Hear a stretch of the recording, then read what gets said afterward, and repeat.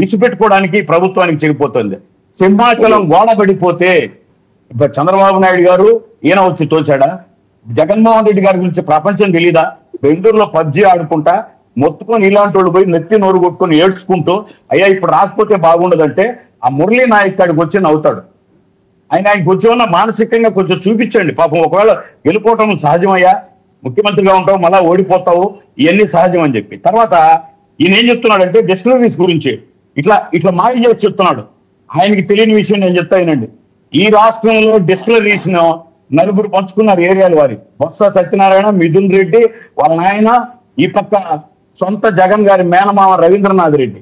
8 రూపాయలు cheap liquor, ఎక్కడైనా brand లేకుండా ఎట్టొస్తా సార్ ఆదాయం ఆయన తెలియనట్టు, ఆయన పెద్ద అమాయకుడు అయినట్టు.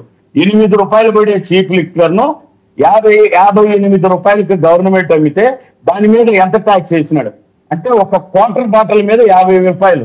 ఒక్క క్వార్టర్ కూడా ప్రీమియం బ్రాండ్స్ మధ్య ఎక్కడా దొరకలేదు. ప్రజలంతా గగ్గోలు పెట్టి మేము చచ్చిపోతున్నాం రా బాబు అంటే ఎలక్షన్ పోయే ముందు ఆ కింగ్ ఫిషర్ కొంత ఇది వదిలినాడు. ప్రపంచంలో ఈయన చేసిన హత్యలు ఎన్ని? ఆ 8 రూపాయల చీపును అన్ని రకాల బ్రాండ్లు, ప్రీమియం, విస్కీ మొత్తం అన్ని చీప్ లెక్క కలరేసి వీళ్ళు మొత్తం ఈ డిస్టిలరీస్ సరిపోవని చెప్పి ఇందాక కృష్ణాంజనాయుడు సార్ కూడా చెప్పారు. తమిళనాడు కర్ణాటక బార్డర్ లో మూసేసినటువంటివి కూడా పోయి లీజుకి తీసుకున్నారు. కావాలంటే నేను పంపిస్తాను పేపర్లు. ఊరికే మాట్లాడేసి అదెట్లా సార్ కిక్ బ్యాక్, ఇదెట్లా సార్ అంటే 8 రూపాయల క్వార్టర్ను 55 అమ్మితే ఒక క్వార్టర్ లో 50 నుంచి 70 రూపాయలు వస్తే ఎన్ని కోట్లు వస్తుందో లెక్కేసుకో. దాంతో ఎక్కడికి ఎవరికి పోవాలి? ఇందాక మా సత్యగిరి అన్నట్టు ఏ ఓనర్కి పోయింది, ఎక్కడికి పోయిందా ఎన్ని తీస్తారు. నువ్వు మాట్లాడితే ఎట్ట నువ్వు ఇదంతా కాదని చెప్పి తర్వాత అంబటి గారు ఈయన మాట్లాడుతూ ఈ ఎలక్షన్ ఇప్పుడు పోయి జరిగినా ఆయన ఎవరు ఇంకొక ఆయన గౌరవం ఇప్పుడు జరిగినా నేను ఇప్పుడు ఛాలెంజ్ చేస్తున్నా శేఖర్ రెడ్డికి, జగన్మోహన్ రెడ్డి గారికి, మీకు దమ్ము ఉంటే ఈ ఇండియన్ గవర్నమెంట్ మీద మీరు అంటున్నారు కదా అన్ని విధాలా ఫెయిల్, అవినీతి, అదే నోరున్నదని మాట్లాడితే అట్టయ్యా. పవన్ కళ్యాణ్ గారి శాఖలో అవినీతి అంట, ఆయన రమ్మను. నేను ఇప్పుడు చెప్తున్నా అన్నారు కదా, మీకు దమ్ము ఉంటే మీ పార్టీకి కానీ మీ నాయకుడికి కానీ ఇప్పుడున్న మీ 11 సీట్లు రిజర్వ్ చేసి రెఫరెండ్కి రండి, కాలం చూద్దాం. మేము జనసేన పార్టీ నాయకుడు మీరు మళ్ళీ మీ 11 సీట్లు గెలుచుకోండి, లేదంటే మీరు ఎన్ని గెలుస్తారు గెలవండి. మీరు అదే రెఫరెండ్ ఇప్పుడు అన్నారు కదా, ఇప్పుడు పెట్టిన గవర్నమెంట్ ఇప్పుడు పెట్టిన ముందు మీరు నిజంగా చిత్తశుద్ధి ఉంటే మీ వెనక ప్రజలు ఉన్నారంటే మీ 11 సీట్లు రిజర్వ్ చేసి మళ్ళీ గెలవండి. చూద్దాం జగన్మోహన్ రెడ్డి ఎంత పెద్ద నాయకుడు, మీరు చెప్పే అవినీతి ఎంత జరిగిందో చూద్దాం. ముఖ్య మాటలు మాట్లాడి ఈయన అవి జరిగినాయి కేవలం లిక్కర్ మోటార్ వినండి అయిపోయింది. ఎంత అయిపోతుంది? అరగంట విన్నారు కదా, ఒక నిమిషం నన్ను చెప్పనియండి సార్. అయిపోయింది. మీరు ముందు తొందరపడుతున్నారు ఆయన అడిగిన దానికంటే. నేను ఉపాధి హామీలో శేఖర్ రెడ్డి ఉపాధి కూలీ వినడా?